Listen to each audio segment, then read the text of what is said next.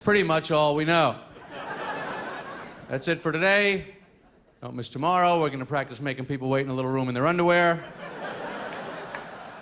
And then you'll all be doctors.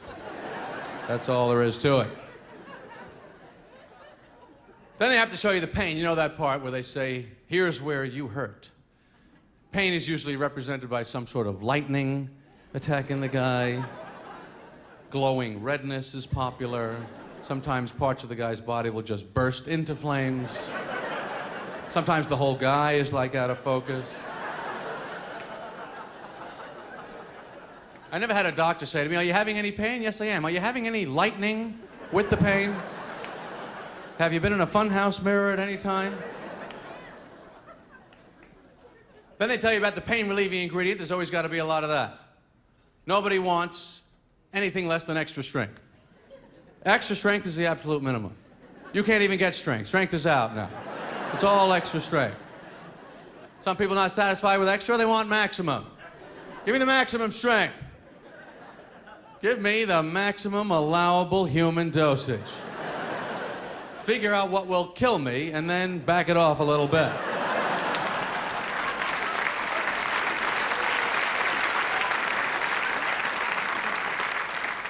And why does that pharmacist have to be 2.5 feet higher than everybody else? Who the hell is this guy? Clear out, everybody. I'm working with pills up here. I'm taking them from this big bottle, and then I'm going to put them in a little bottle. That's my whole job. I can't be down on the floor with you people. Yes, I'd like to get this prescription filled, please. All right, but you wait down there. No one comes up here but me. It's that little bit of arrogance in the medical community I think we could all live without. Like when you go to see the doctor, you don't see the actual doctor first. You must wait in the waiting room. There's no chance of not waiting. That's the name of the room.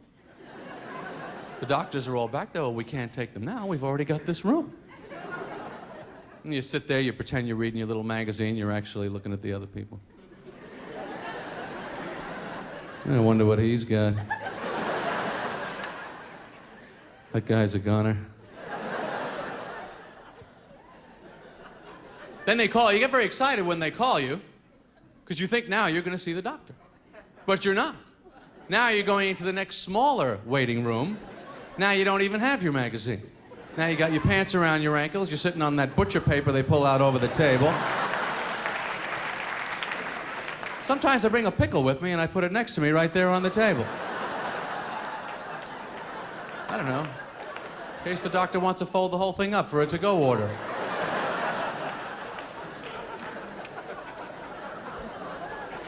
Get your pants off and get in there and I will tell you what I think. Doctors always want your pants off. Take your pants off. Doctor would like to see you with no pants. Just get them off. It's my head. I said take your pants off. But I hate the extra weight, so maybe I'll start screwing around with some of his stuff, you know? Maybe I'll turn that thing up a little bit. Whatever the hell that does. Take all the tongue depressors out, lick them all, put them all back in.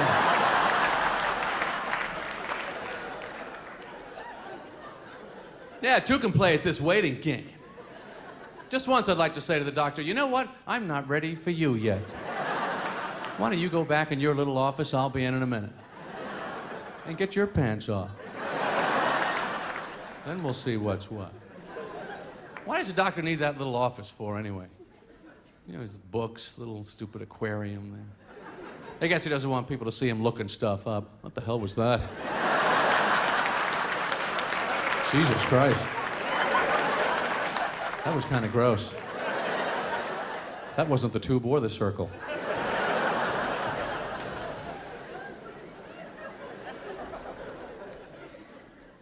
A friend of mine is going in for a nose job next week. Guy. Nose job. You know what the technical term for a nose job is? Well, of course you do. It's New York, everybody. Rhinoplasty.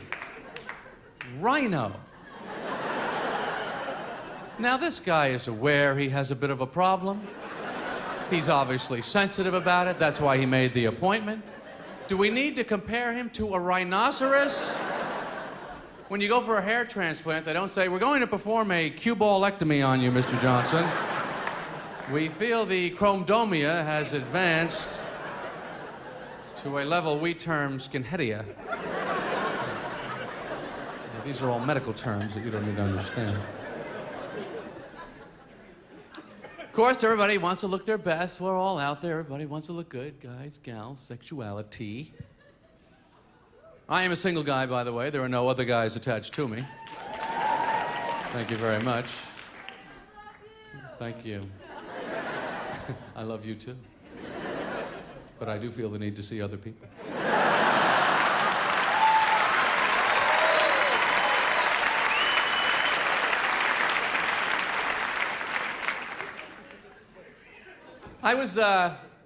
I got engaged about 10 or so years ago. Didn't want to get married. That was the only closest I got. I can tell you this, if you're engaged and you don't want to get married, it's a little tense. It's like you're on that first hill of the roller coaster, but you don't really want to go on the ride. You're just going click, click, click, click, click, click, click, click, click, click, click, click, click, click, click. I was best man at a wedding one time. That was pretty good. Pretty good title, I thought, best man. I thought it was a bit much. I thought we'd have the groom and a pretty good man. That's more than enough. If I'm the best man, why is she marrying him? Had to wear the tuxedo, which I'm convinced was invented by a woman. Well, they're all the same. We might as well dress them all the same.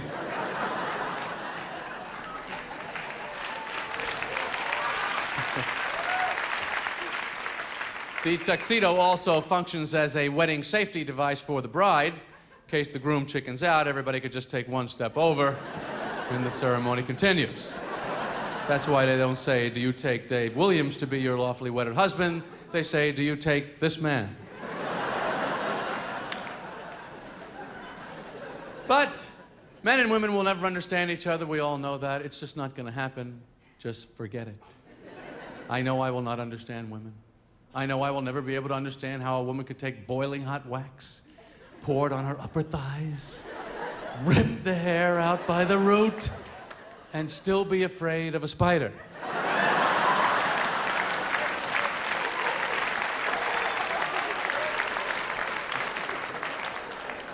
I'm not spending any more time working on that. And I know women don't understand men. I know there are women that are looking at me right now going, I wonder what goes on in that little brain of his. I bet you I could manipulate that brain. I bet you could. I bet you women would like to know what men are really thinking. The truth, the honest truth of what men are really thinking. Because I could tell you. Would you like to know? All right, I'll tell you. Nothing.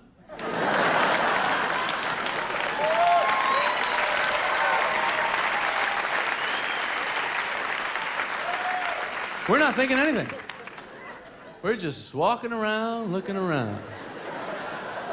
This is the only natural inclination of man, to just kind of check stuff out. We work because they force us to, but other than that, this is the really only thing we want to do. We like women, we want women, but that's pretty much as far as we've thought.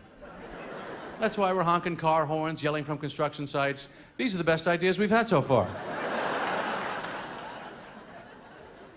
Honking the car horn amazes me. This has got to be just the last living brain cell in this guy's skull that comes up with this idea.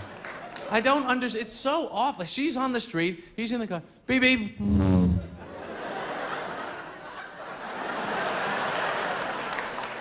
I think I made my point. What is she supposed to do? Kick off the heel, start running after the car? Grab onto the bumper? Car comes to a stop. It's a good thing you honked. I had no idea how you felt. Why do men behave in these ways? Why are we rude, obnoxious, getting drunk, falling down, peeling rubber, making kissing noises out the window? Why are we like this? I know what you ladies are thinking. No, not my guy. I'm working with him. He's coming along. No, he's not. He's not coming anywhere. We men know, no matter how poorly we behave, it seems we will somehow end up with women anyway. Look around this room. Look at all the men you see with lovely women. Do you think these are special men? Gifted men? One-of-a-kind men? They're the same jerks and idiots that I'm talking about. They're doing just fine. Men as an organization are getting more women than any other group working anywhere in the world today. Wherever women are, we have men looking into the situation right now.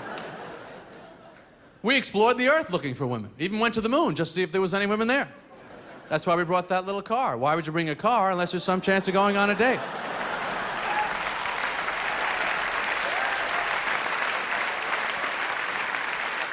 What the hell were they doing with a car on the goddamn moon?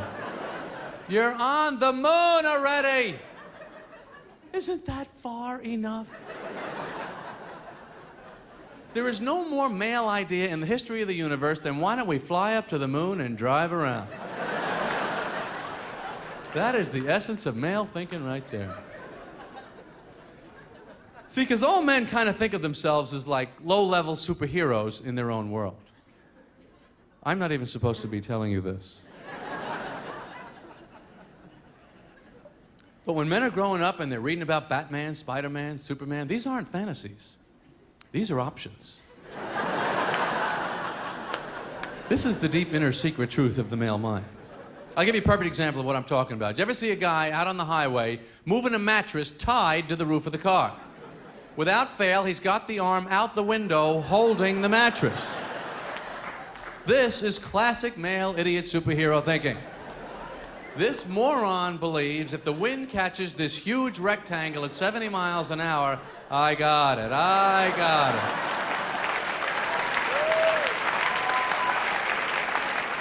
Don't worry about it. I'm using my arm.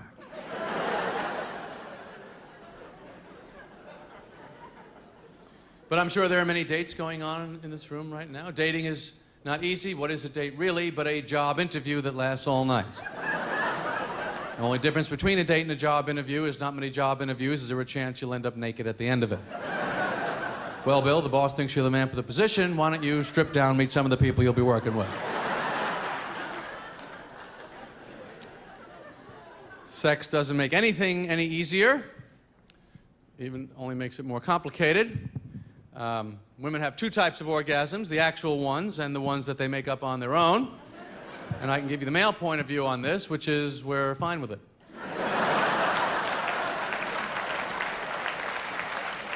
You do whatever the hell it is you gotta do. To a man, sex is like a car accident anyway, and determining a female orgasm is like being asked, what did you see after the car went out of control? Well, I remember I heard a lot of screeching noises. I was facing the wrong way at one point, and in the end, my body was thrown clear.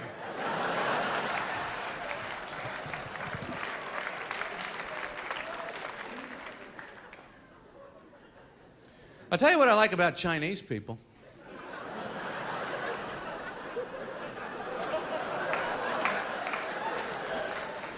They're hanging in there with the chopsticks, aren't they? You know they've seen the fork. They're staying with the sticks. I'm impressed by that. I don't know how they missed it. Chinese farmer gets up, works in the field with a shovel all day. Shovel, spoon, come on. There it is. You're not plowing 40 acres with a couple of pool cues.